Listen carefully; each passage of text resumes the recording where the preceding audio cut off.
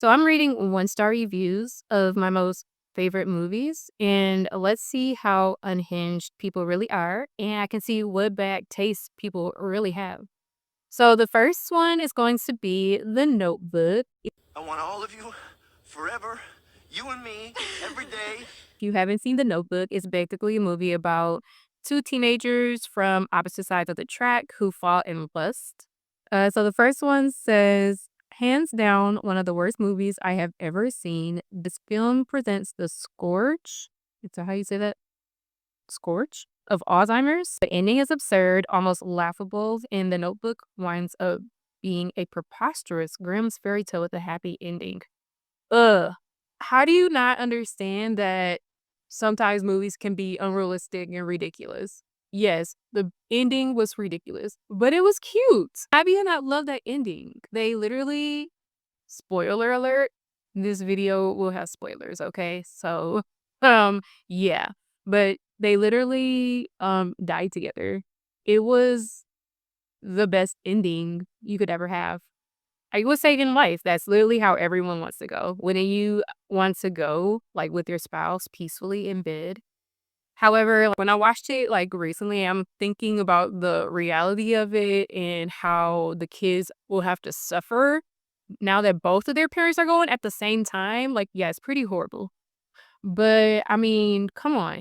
And this movie is very toxic. We know this movie is toxic. It's okay. You can still enjoy it. It's still a great movie. The acting is just dramatic, and I love the drama. It's so good. Okay? It's over the top. Like, we need more movies like this. We need more over the top romances. Like, that's what makes them good. They're not realistic. Okay? This one, boring, slow, unrealistic, cliche, annoying, misleading, taken too far. Can't say enough bad things about The Notebook. The twist is evident from the beginning, and the entire movie is predictable. Bad taste. Two thumbs down. Wow, they really hate this movie. Okay, one thing this movie is not is boring, okay? There is a lot of drama going on. There's always something going on. I don't think it's slow at all. Yes, it's unrealistic. Yes, it's cliche.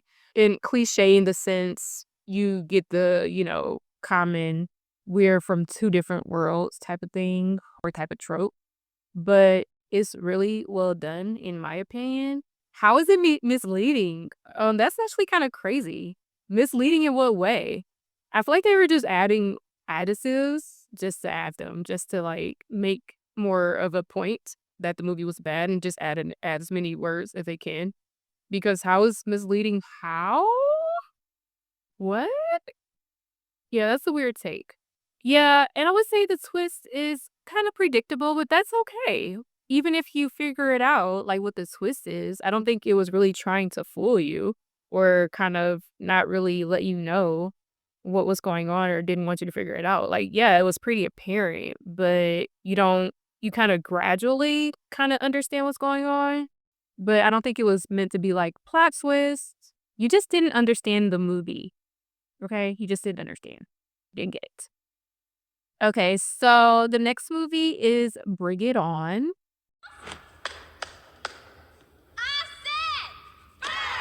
and this is in the category for girly pop movies. I don't put okay, I just kinda made this up myself, but I don't put this in the same category as chick flicks because I feel like romance and romantic comedies are chick flicks, even though I feel like men lie about liking or not liking romances. I feel like they like them just as much as women. Hot take. But, to me, a girly pop movie is focused on just dynamic between women or just a woman and what she has going on, and then the romance is maybe secondary, like, that's not the main thing. So, like, with Bring It On, the cheer competition is the main point of the movie. So the first one, it's an insult that it was in the comedy section because nothing about this movie had any ideal comic timing or anything funny about it. The 2000s was the beginning of the end of America, and lovers of this movie proved it. Why so dramatic? Like, why are you being so dramatic? So, is your one-star review because it was categorized as a comedy, or was it really about the movie? I don't even understand this one. Like, if you don't think it's a comedy, fine. Like, I don't think it's a comedy. Like, there's some comedic moments, but it's mostly a drama. For in my opinion, yeah, I don't think it's supposed to be like a comedy. The 2000s was the beginning of the end of America. I'm gonna say now is the beginning of the end of America. In this age, I don't think the 2000s was the beginning of it. I left the 2000s, okay? I don't know what this person's problem is. Please don't. This stunk on ice. What? What does that mean? I would think something if it stunk on fire would be worse than sinking on ice. Because if it sinks on ice, well, I guess if it sinks on ice, you're kind of preserving it. So that makes it worse versus like if it sinks on fire, then you're burning it, maybe and it's going away. So it's not that bad. Why am I trying to rationalize this? Makes no sense.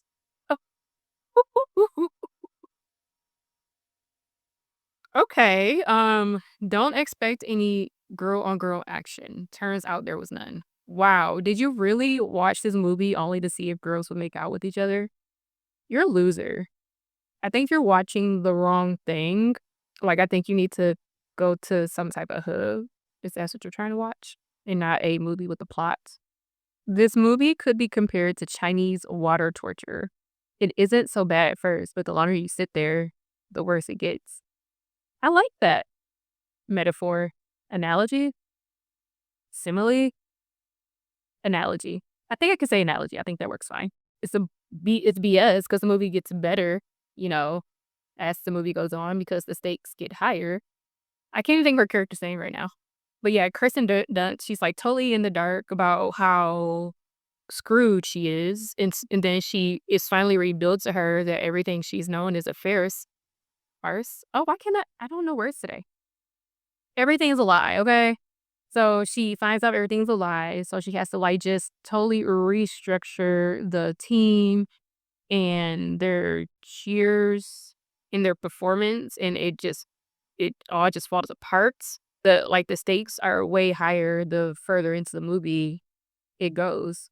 It's like sometimes you just think that people wouldn't take this seriously because it's a cheer movie and they don't take cheer seriously.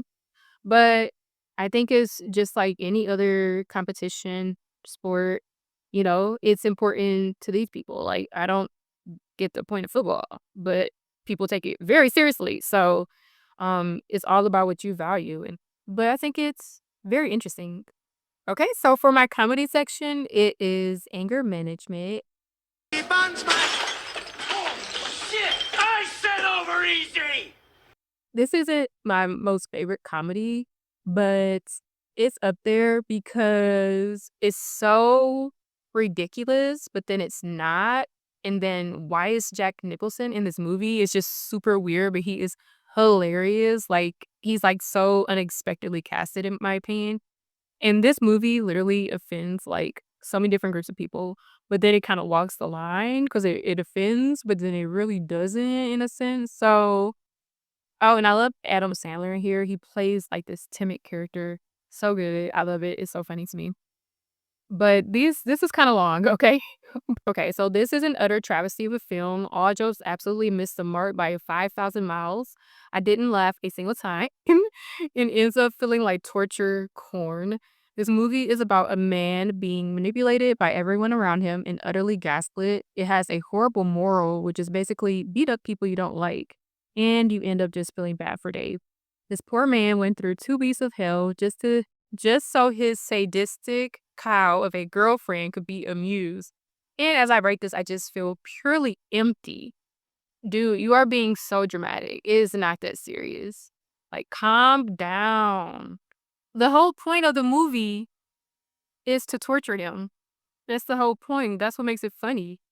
Yeah, and it is a very dramatic way to get someone to realize that they need to stick up for themselves. Basically, that's what the movie is about, where, Adam Sandler plays a guy who just lets people walk over him. He's a doormat, and he also just doesn't really pick his mind. So he gets it into anger management, and it seems ridiculous, that he gets sentenced to anger management because obviously he's super like the opposite of being angry. But you realize that he does have anger. It's just like simmering. You know what I mean? And at some point he may glow up. I think it's funny. I think this person is way too serious and took this movie way too seriously. Like, you're literally insane. Someone needs to go check on you. A film I expected to be mediocre, but didn't realize was going to be the absolute worst piece of garbage I've ever seen. This movie made me feel as if I needed anger management, as it left me infuriated. And what did I take away from it? A message that was terribly executed and can be easily and harmfully misunderstood. Basically, the movie gives the audience the impression instead of keeping your cool when someone's being mean to you, you should punch them in the face because it's better to let out your anger on someone than be the bigger man. The film was with a terribly executed backwards message up based up by an insanely infuriating, unfunny, and terribly written script. Waste of time. Don't watch it. Give me a break. Okay, you need to join the other guy and, like, chill out. Like, you both just need to chill out and relax. It's not that serious.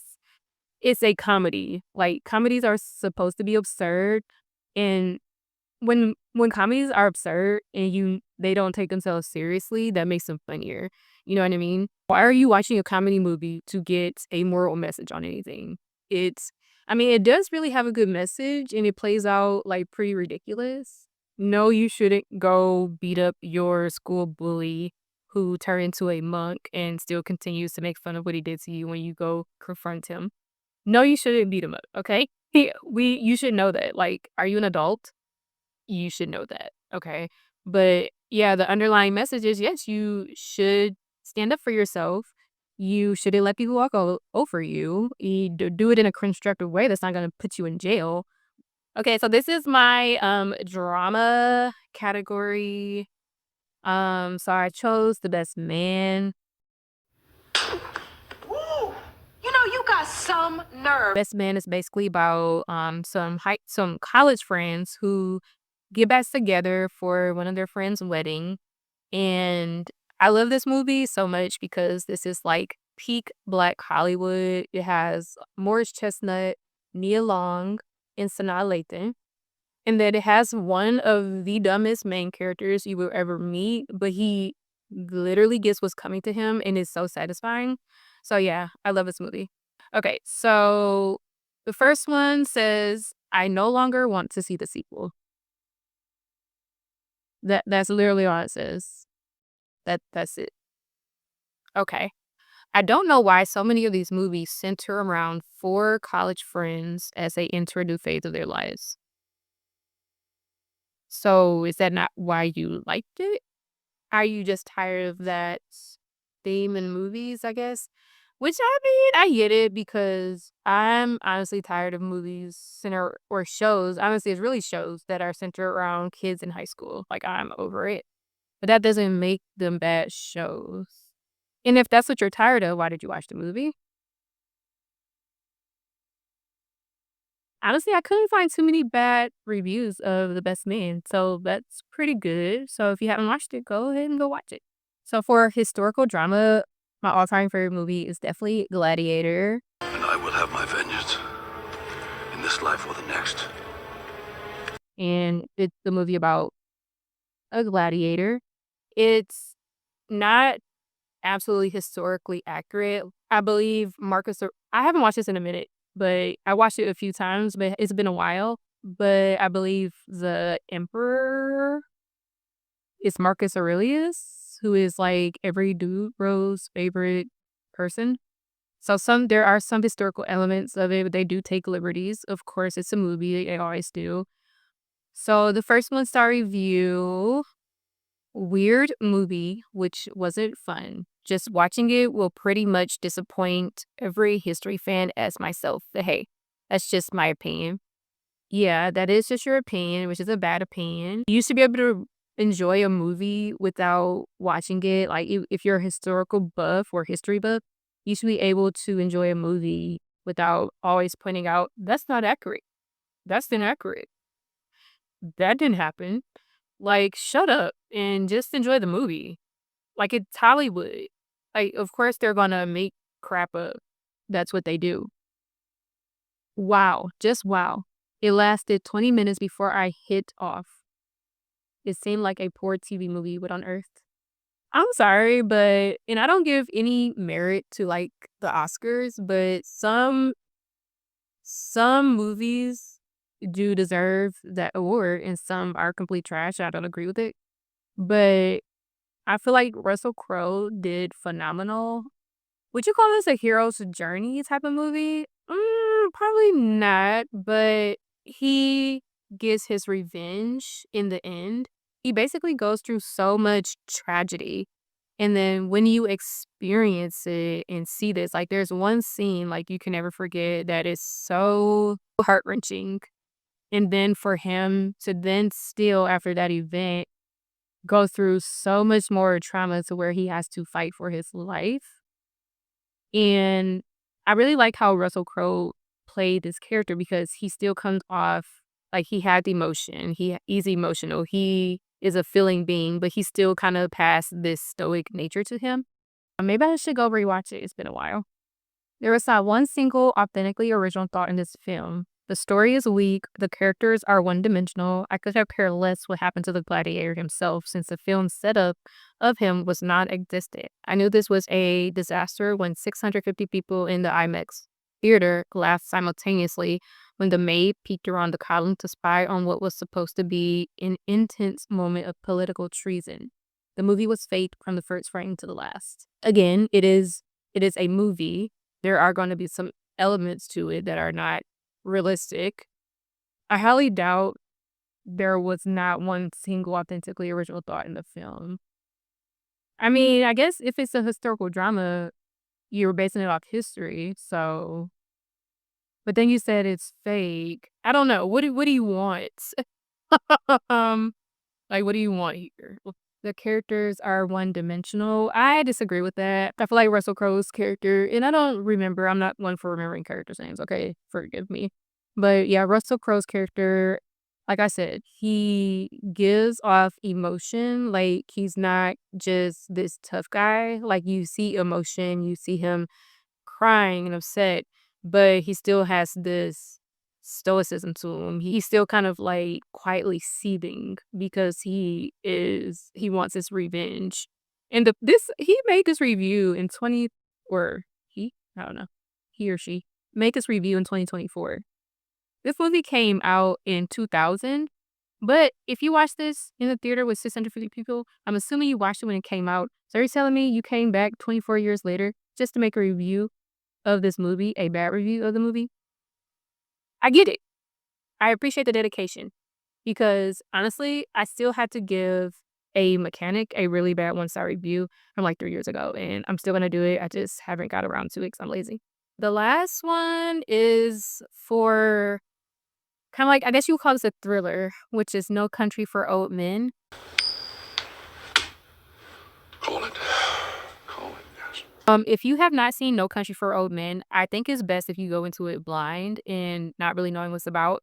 Cause um I basically went into it, I had no idea what this movie was about. I literally just watched it this year, and, oh my gosh, it had me, like, captivated, or it was captivating from the beginning to the end, and I was literally yelling at the screen, like, I love this movie. Like, this is not just, um I would say this is, like, top 10 movies that I've ever seen, to be honest with you. It's first one.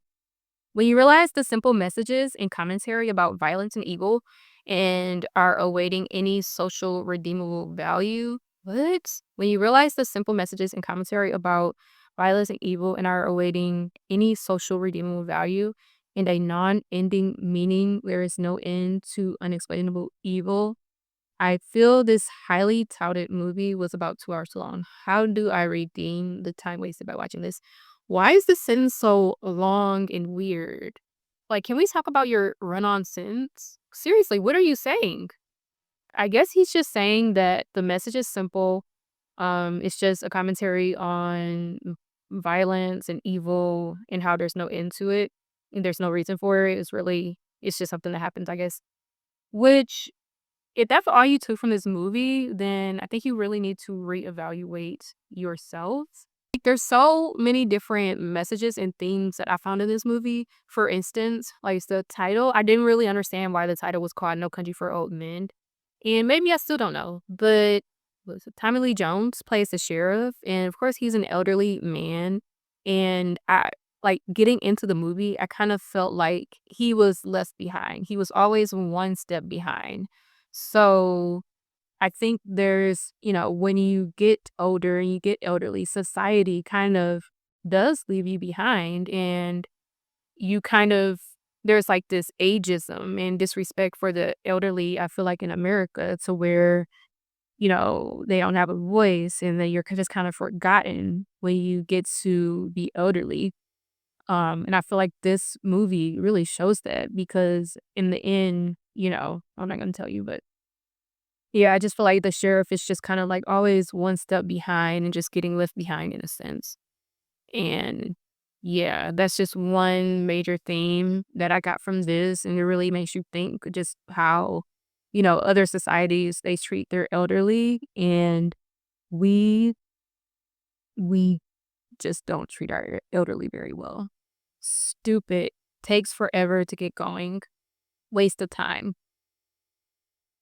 This is utter BS because this movie literally pops off from the moment it starts. Like, not literally the moment, of course, you have to set the scene, but literally, I think within the first 5 to 10 minutes, yeah, this movie gets it pops off, and you're like, "Okay, here we go."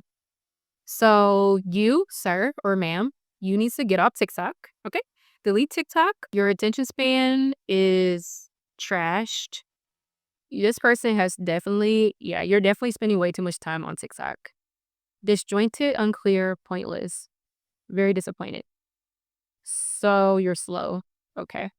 I mean, just say that. If you're slow, just say that. Like if you don't understand what's going on in the movie, just say that. If you need someone to explain to you what's going on, literally just say that. You just really have to pay attention to what's going on in the movie to connect the dots. But I don't think it's unclear. Like, how is this unclear? Like, I think it's pretty straightforward about what's going on in this movie. Definitely not pointless. There's so many different themes in this movie. That's why I love it. Like, I took so much from this movie. Like, this is a movie like, a lot of movies, I feel like you just watch and you're done with it, but I really sat down and thought about like, after I watched this movie, I was really thinking about it. The same with, like, one of my other favorite movies, Shawshank Redemption. Like, I really sat and thought about that movie after it ended. So, yeah, if you didn't get anything from this movie, I feel like that's a you problem. But, yeah, let me know what you think. Are any of my favorite movies, like, movies that you hated or just don't like? Or do you think some of these reviews are crazy and ridiculous? Let me know what you think. That's all I have. Bye.